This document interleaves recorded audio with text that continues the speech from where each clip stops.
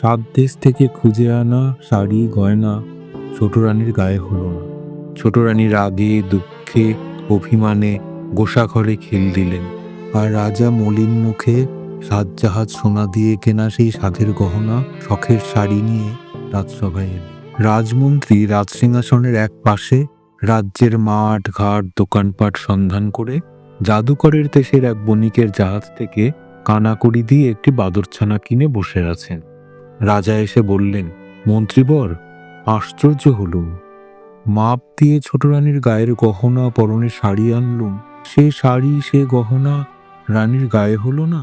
তখন সেই বনের বানর রাজার পায়ে প্রণাম করে বললে, বড় ভাগ্যবতী পুণ্যবতী না হলে দেবকন্যের হাতে বোনা নাগকন্যের হাতে গাঁথা মায়া রাজ্যের এ মায়া গহনা মায়া শাড়ি পরতে পায় না। মহারাজ, রাজভাণ্ডারে তুলে রাখো, যাকে বউ করবে তাকে পড়তে দিও। বানরের কথায় রাজা অবাক হলেন। হাসতে হাসতে মন্ত্রীকে বললেন, মন্ত্রী, বানরটা বলে কি? ছেলেই হলো না, বউ আনবো কেমন করে? মন্ত্রী, তুমি শ্যাকরার দোকানে ছোট রানীর নতুন গহনা গড়াতে দাওগে, তাঁতির তাঁতে রানীর শাড়ি বুনতে দাওগে। এ গহনা এ শাড়ি রাজভাণ্ডারে তুলে রাখো, যদি বউ ঘরে আনি তাতে পড়তে দেব। রাজমন্ত্রী শ্যাকরার দোকানে ছোট রানীর নতুন গহনা গড়াতে গেলেন। আর রাজা সেই বাদর কোলে বড় রানীর কাছে গেলেন। দক্ষিণী বড় রানী জীর্ণ আঁচলে পা মুছিয়ে ভাঙা ঘরে ছেঁড়া কাঁথায় রাজাকে বসতে দিয়ে কাঁদতে কাঁদতে বললেন, মহারাজ বসু, আমার এই ভাঙা ঘরে ছেঁড়া কাঁথায় বসু, আমার আর কি আছে তোমায় বসতে দেব? হায় মহারাজ, কতদিন পরে তুমি ফিরে এলে, আমি এমনি অভাগিনী তোমার জন্য ছেঁড়া কাঁথা পেতে দিলুম। রানীর কথায় রাজার চোখে জল এলো। ভাঙা ঘরে ছেঁড়া কাঁথায় বসে বড় রানীর কোলে বাদরছানা দিয়ে বললেন, মহারানী, তোমার এ ছেঁড়া কাঁথা ভাঙা ঘর ছোট রানীর সোনার সিংহাসন সোনার ঘরের চেয়ে লক্ষ গুণে ভালো। তোমার এ ভাঙা ঘরে আদর আছে, যত্ন আছে, দুটো মিষ্টি কথা আছে, সেখানে তা তো নেই। রানী, সাতজাহাজ সোনা দিয়ে গায়ের গহনা পরনের শাড়ি দিয়েছি, ছোট রানী পায়ে ঠেলেছে। আর কানাকড়ি দিয়ে তোমায় বাদর এনেছি, তুমি আদর করে কোলে নিয়েছ। রানী, আমি আর তোমায় দুঃখ দেব না, এখন বিদায় দাও, আমি আবার আসবো রানী। কিন্তু দেখো, ছোট রানী যেন জানতে না পারে তোমার কাছে এসেছি শুনলে আর রক্ষে রাখবে না, হয় তোমায় নয়তো আমায় বিষ খাওয়াবে। এমনি করে রাত কাটল। ছোট রানীর সোনার পালঙ্কে ফুলের বিছানায় রাজার পাশে রাত কাটল, আর বড় রানীর জলে ঝড়ে ভাঙা ঘরে ছেঁড়া কাঁথায় রাত কাটল। সকাল হলো। রাজবাড়িতে প্রহরীখানায় প্রহর বাজল, নাকারাখানায় নহবত বাজল। রাজা রানীর ঘুম ভাঙল। রাজা সোনার ভৃঙ্গারে স্ফটিক জলে মুখ ধুয়ে রাজবে সঙ্গে পড়ে রাজদরবারে নেমে গেলেন। আর ছোট রানী সোনার পালঙ্কে ফুলের বিছানায় ফুলের পাখায় হাওয়া খেতে খেতে পাশ ফিরে ঘুম গেলেন। আর বড় রানী কি করলেন? ভাঙা ঘরে সোনার রোদ মুখে পড়ল। রানী উঠে বসলেন। এদিক দেখলেন ওদিক দেখলেন, এপাশ দেখলেন ওপাশ দেখলেন, বানর নেই। রানী এ ঘর খুঁজলেন ও ঘর খুঁজলেন, ঘরের চাল খুঁজলেন গাছের ডাল খুঁজলেন, বানর নেই। বড় রানী কাঁদতে লাগলেন, বানর কোথা গেল? বানর ভাঙা ঘরে ঘুমন্ত রানীকে একলা রেখে রাত না পোহাতে রাজার দরবারে চলে গেল। রাজা বার দিয়ে দরবারে বসেছেন। চারদিকে সভাসদ মন্ত্রী, দুয়ারে সিপাহী সান্ত্রী, আশেপাশে লোকের ভিড়। রানীর বানর সেই লোকের ভিড় ঠেলে সিপাহী সান্ত্রীর হাত এড়িয়ে রাজার পায়ে প্রণাম করে বললে, মহারাজ, বড় সুখবর এনেছি, মায়ের আমার ছেলে হবে। রাজা বললেন, ওরে বানর, বলিস কি? এ কথা কি সত্য? বড় রানী দুয়োরানী তার ছেলে হবে? দেখিস, এ কথা যদি মিথ্যা হয় তো তোকেও কাটবো আর তোর মা দুয়োরানীকেও কাটবো। বানর বললে, মহারাজ, সে ভাবনা আমার, এখন আমায় খুশি করো, আমি বিদায় হই। রাজা গলার গজমতি হাড় খুলে দিয়ে বানরকে বিদায় করলেন। বানর নাচতে নাচতে ভাঙা ঘরে দুয়োরানী পড়ে পড়ে কাঁদছেন সেখানে গেল। দুয়োরানীর চোখের জল গায়ের ধুলো মুছিয়ে বানর বললে, এই দেখ মা, তোর জন্য কি এনেছি। তুই রাজার রানী, গলায় দিতে হার পাস নে, কাঠের মালা কিনে পড়িস, এই মুক্তোর মালা পর। রানী বানরের হাতে গজমতি হার দেখে বললেন, এই হার তুই কোথা পেলি? এই যে রাজার গলার গজমতি হার, যখন রানী ছিলুম রাজার জন্য গেঁথেছিলুম। তুই এ হার কোথা পেলি? বল বানর, রাজা কি এ হার ফেলে দিয়েছেন? রাজপথে কি কুড়িয়ে পেলি? বানর বললে, না মা, কুড়িয়ে পাইনি। তোর হাতে গাঁথা রাজার গলার গজমতি হার কুড়িয়ে কি পাওয়া যায়? রানী বললেন, তবে কি রাজার ঘরে চুরি করলি? বানর বললে, ছি মা, চুরি কি করতে আছে? আজ রাজাকে সুখবর দিয়েছি, তাই রাজা হার দিয়ে খুশি করেছেন।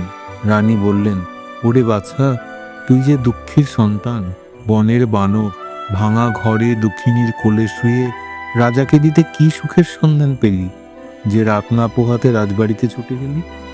বানর বললে, মা, আমি স্বপ্নে পেয়েছি আমার যেন ভাই হয়েছে, তোর কোলে খোকা হয়েছে, সেই খোকা যেন রাজসিংহাসনে রাজা হয়েছে, তাই ছুটে রাজাকে খবর দিলুম, রাজা মহাশয়, মায়ের খোকা হবে। তাইতে রাজা খুশি হয়ে গলার হার খুলে দিলেন। রানী বললেন, ওরে রাজা, আজ শুনলেন ছেলে হবে, কাল শুনবেন মিছে কথা।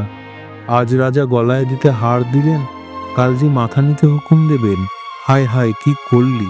এক মুঠো খেতে পাই, এক পাশে পড়ে থাকি, তবু বছর গেলে রাজার দেখা পাই। তুই আমার তাও খোঁচালি? ওরে তুই কি সর্বনাশ করলি! মিছে খবর কেন রটালি? এই জঞ্জাল কেন ঘটালি? বানর বললে, মা, তোর ভয় কি? ভাবিস কেন? 10 মাস চুপ করে থাক, সবাই জানুক বড় রানীর ছেলে হবে। তারপর রাজা যখন ছেলে দেখবেন, তখন তোর কোলে সোনার চাঁদ ছেলে দেব, তুই রাজাকে দেখাস। এখন চল, বেলা হলো, খিদে পেয়েছে। রানী বললেন, চল বাছা চল, বাটি পুড়ে জল রেখেছি, গাছের ফল এনেছি, খাবি চল। রানী ভাঙা পিড়ে বানরকে খাওয়াতে বসলেন, আর রাজা ছোট রানীর ঘরে গেলেন। ছোট রানী কুস্বপ্ন দেখে জেগে উঠে সোনার পালঙ্কে বসে বসে ভাবছেন। এমন সময় রাজা এসে খবর দিলেন, আরে শুনেছ ছোট রানী, বড় রানীর ছেলে হবে। বড় ভাবনা ছিল রাজসিংহাসন কাকে দেব। এতদিনে ভাবনা বুঝল, যদি ছেলে হয় তাকে রাজা করব, আর যদি মেয়ে হয় তবে তার বিয়ে দিয়ে জামাইকে রাজ্য দেব। রানী বড় ভাবনা ছিল, এতদিনে নিশ্চিন্ত হলুন। রানী বললেন, পারিনে বাপু, আপনার জ্বালায় বাঁচিনে পরের ভাবনা। রাজা বললেন, সে কি রানী, এমন সুখের দিনে এমন কথা বলতে হয়? রাজপুত্র কোলে পাবো, রাজসিংহাসনে রাজা করব, এ কথা শুনে মুখ ভার করে? রানী রাজবাড়িতে সবার মুখে হাসি, তুমি কেন অকল্যাণ করো? রানী বললেন, আর পারিনে, কার ছেলে রাজা হবে, কার মেয়ে রাজ্য পাবে, কে রাজসিংহাসনে বসবে, এত ভাবনা ভাবতে পারিনে। নিজের জ্বালায় মরি, পরের ছেলে মূলো বাঁচল, তার খবর রাখিনে। বাবারে, সকালবেলা বকে বকে ঘুম হলো না, মাথা ধরলো, যাই নিয়ে আসি। রাগ ভরে ছোট রানী 8 গাছা চুড়ি 10 গাছা মল ঝমঝমিয়ে একদিকে চলে গেলেন। রাজার বড় রাগ হলো। রাজকুমারকে ছোট রানী মর বললে। রাজা মুখ আধার করে বারমহলে চলে এলেন। রাজা রানীতে ঝগড়া হলো। রাজা আর ছোট রানীর মুখ দেখলেন না, বড় রানীর ঘরেও গেলেন না। ছোট রানী শুনে যদি বিষ খাওয়ায়, বড় রানীকে প্রাণে মারে। রাজা বারমহলে একলা রইলেন। 1 মাস গেল, 2 মাস গেল, 2 মাস গিয়ে 3 মাস গেল। রাজা রানীর ভাব হলো না। ঝগড়ায় 4 মাস কাটল। 5 মাসে দুয়োরানীর পোষা বানর রাজার সঙ্গে দেখা করলে। রাজা বললেন, কি হে বানর, খবর কি? বানর বললে, মহারাজ, মায়ের বড় দুঃখ, মোটা চালের ভাত মুখে রোচে না, মা আমার না খেয়ে কাহিল হলেন। রাজা বললেন, এ কথা তো আমি জানি নে। মন্ত্রীবর, যাও এখুনি সরু চালের ভাত 50 ব্যঞ্জন সোনার থালে সোনার বাটিতে বড় রানীকে পাঠিয়ে দাও। আজ থেকে আমি যা খাই বড় রানীও তাই খাবেন। যাও মন্ত্রী, বানরকে 1000 মোহর দিয়ে বিদায় করো। মন্ত্রী বানরকে বিদায় করে রান্নাঘরে গেলেন, আর রানীর বানর মোহরের তোড়া নিয়ে রানীর কাছে এলো। রানী বললেন, আজ আবার কোথা ছিলি? এতখানি বেলা হলো, নাইতে গেলুম না, রাঁধবো কখন, খাবো কখন? বানর বললে, মা, আর তোকে রাখতে হবে না। রাজবাড়ি থেকে সোনার থালায় সোনার বাটিতে সরু চালের ভাত 50 ব্যঞ্জন আসবে, তাড়াতাড়ি নিয়ে আয়। রানী নাইতে গেলেন। বানর 1 মুঠো মোহর নিয়ে বাজারে গেল। 16 খান মোহরে 16 জন ঘরামি নিলে, 16 গাড়ি খড় নিলে, 1600 বাঁশ নিলে। সেই 1600 বাঁশ দিয়ে 16 গাড়ি খড় দিয়ে 16 জন ঘরামি খাটিয়ে চক্ষের নিমেষে দুয়োরানীর বানর ভাঙা ঘর নতুন করলে। শোবার ঘরে নতুন কাঁথা পাতলে, খাবার ঘরে নতুন পিঁড়ি পাতলে। রাজবাড়ির 16 বামুনে রানীর ভাত নিয়ে এলো, 16 মোহর বিদায় পেল। দুয়োরানী নিয়ে এলেন। এসে দেখলেন ঘর নতুন, ঘরের চাল নতুন, চালের খড় নতুন, মেঝে নতুন কাঁথা, আলনায় নতুন শাড়ি। রানী অবাক হলেন। বানরকে বললেন, আচ্ছা, ভাঙা ঘর দেখে কাটে গেলুম, এসে দেখি নতুন ঘর, কেমন করে হলো? বানর বলল, মা, রাজামশাই মোহর দিয়েছেন, সেই মোহরে ভাঙা ঘর নতুন করেছি, ছেঁড়া কাঁথা নতুন করেছি, নতুন পিঁড়ি পেতেছি। তুই সোনার থালে গরম ভাত, সোনার বাটিতে তপ্ত দুধ খাবি, চল। রানী খেতে বসলেন। কতদিন পর সোনার থালায় ভাত খেলেন, সোনার ঘটিতে মুখ ধুলেন, সোনার বাটায় পান খেলেন, তবু মনে সুখ পেলেন না। রানী রাজভোগ খান আর ভাবেন, আজ রাজা সোনার থালে ভাত পাঠালেন, কাল হয়তো মশানে নিয়ে মাথা কাটবেন। কি হবে এরপর? বড় রানীর কি সত্যি ছেলে হবে? বানর কি পারবে সবকিছু সামাল দিতে?